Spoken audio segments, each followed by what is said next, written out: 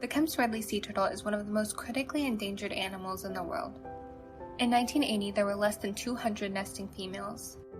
As of today, there are an estimated 7,000 to 9,000, and that is thanks to the hard work of conservationist programs like Sea Turtle Inc. and South Padre Texas.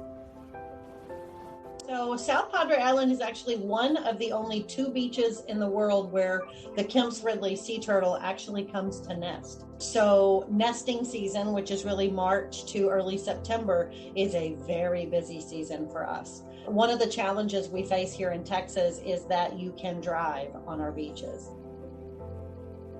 In May of 2021, one such incident occurred when a 70-pound female was hit by a truck while laying her eggs. Fortunately, after rehabilitation with Sea Turtle Inc., Tiny Dancer was returned to the wild.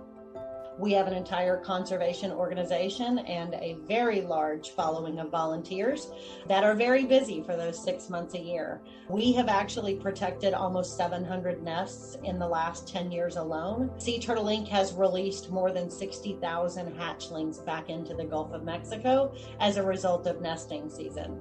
So we look out for the nesting females, we corral the eggs, and we actually move them to a private corral where we protect them in the same environment and climate that they were laid in. And then the moment they frenzy and hatch, we return them back to the Gulf of Mexico to just improve their chances the best that we can. And we actually were created back in 1977 by our founder, Isla Fox Letcher. And it's really an organization that was founded out of a single woman that saw a need and wanted to act. Isla began caring for sea turtles in 1965 in Nuevo Mexico. There she found her passion, caring for the Kemp's Ridley sea turtle. What started in her backyard has grown into saving thousands of sea turtles and educating more than 500,000 visitors every year. Isla saw the depleting population of sea turtles. Isla just felt driven to do something. And 44 years later, we are still here and kicking on South Padre Island, Texas. Focusing on rehabilitation and release, the majority of sea turtles that come to Sea Turtle Inc. are returned to the ocean. Those that have a medical condition making them unable to survive in the wild can be deemed unreleasable. They become deeply loved and cared for residents. So we have actually rehabilitated almost 600 sea turtles in the last 10 years alone. We have a residence center of non-releasable sea turtles, 5 of them that live here with us. And they are a great educational resource for us. Our mission is really threefold. So it's education, it's conservation, and it's rehabilitation. So if an animal is, despite our best efforts, deemed unreleasable, it is an opportunity for them to become an educational animal with us. And it's a great opportunity for the public to really understand what's happening with sea turtles and the work that we do.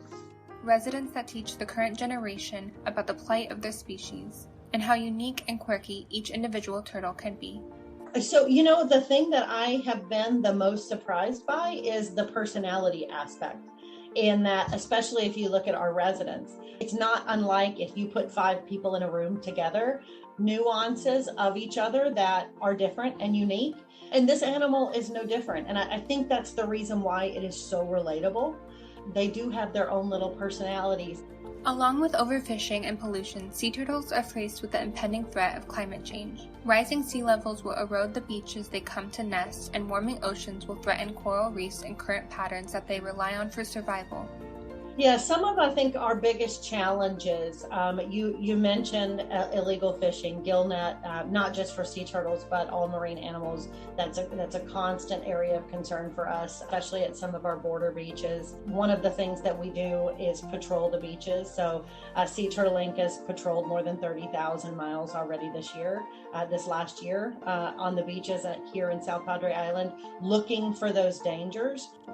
In February of 2021, Texas was plunged into an unprecedented cold snap event. The freezing weather stunned countless sea turtles, threatening their life. Sea Turtle Inc. was one of the many organizations working to save these animals. The weather is changing, and I'm sure that you know, but we had a very large cold stun event that happened here in Texas in February of last year. And Sea Turtle Inc., as a result of that cold stun, took in 5,556 sea turtles in 8 days. Because of that weather change. So to give you a little bit of comparison, for the entire 10 years before that, we had treated 1,800 sea turtles for cold stun. So we got 5 times more than that in the span of 8 days. So weather and the changing weather is something we are constantly watching and evolving our processes around. Sea turtles use the water temperature to regulate their body temperature. So anytime the weather in the bay, specifically water, starts getting below that 55-degree mark, that's when things start to really deploy for us, and we have to start working fast. Unlike many other beaches around the world where sea turtles come to lay their eggs, the beaches of South Padre are protected from heavy development because of their dune system. It is. So one of the things that the beaches here on South Padre Island have is a dunes system. So the beach is relatively well protected from major development. Mm-hmm. We also have great island partners that implement amber lighting and all of those things that we need.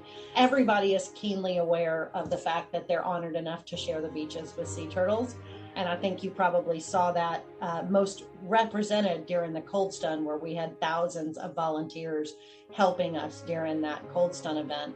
So the people that are here in South Texas, they know they see that responsibility significantly. And we continue to renourish the beach and the dune system and have been able to really protect that. We want you to feel that spirit and that legacy of Isla. We want you to walk out and feel empowered to be personally responsible for decisions. This is a big, heavy conversation. You just hit on it, on straws and recycling plants, and if they're really recycling what they are, and nurdles and all of that. It's just such a heavy topic. And what we really ask of people, and we want them empowered to do when they leave here, is to be accountable for a couple of individual decisions. I'm going to make the decision to eliminate single-use plastic bottles. I'm going to do that. So I'm going to, every time I leave my house, I'm going to pick up 5 pieces of trash that are not where they belong, and I'm going to put them where they belong. And I'm going to do that every time we leave the house. So we have 250,000 people a year come through this facility. And if I can get 250,000 people a year to make those 2 personal decisions about their personal actions, imagine the ripple effect that we can have on conservation across the board. So that is our best advice, is that we want to continue to encourage you to think about your individual accountability and what single small steps you can take that in the end, when bound together, can make a meaningful impact on this body of work. Through education and advocacy, Sea Turtle Inc. is reaching communities near and far to educate them on the plight of the sea turtle, encouraging everyone to make the changes that are needed to protect sea turtles and the ocean. So if you go to our website, which is seaturtleinc.org, there's a number of ways that you can give. And some of them are absolutely more interactive. So you can adopt a resident, you can adopt a nest during nesting season, you can adopt a patient in the hospital. Lots of people want to be involved in a different way. We have an enormous body of things that we need that are on our Amazon wish list. During the cold stun event is a great example. We needed thousands and thousands of trash bags, and the Amazon wish list was the way we got them. So there's lots of opportunities. We're in the process now of building a new hospital. So you can donate specifically to a new hospital. We have retired educators that sponsor intern programs. We have an intern program, one of the few paid intern programs that, we're trying to educate and grow the next generation of ocean stewards and those people that are going to carry on the legacy of Sea Turtle Inc. into generations to come. I would just encourage them to follow us on Facebook, on Instagram, on TikTok. You can go to our website. We are entering into cold stun season again. So while we certainly hope we don't have a repeat of last year, we're ready. And that's where you're going to hear the most about what we're doing as an organization. They are truly an animal that the cold stun is a perfect example where, but for someone getting involved, that animal is unable to help itself. So without volunteers getting involved, a cold stun sea turtle will float there on the surface until it suffocates. And it moves people when you understand the need and the criticality of people getting involved to help. And I think that's been the most meaningful thing that I've learned about sea turtles. If you are interested in getting involved with Sea Turtle Inc., they offer on-site and virtual volunteer opportunities, advocacy programs, education, and more.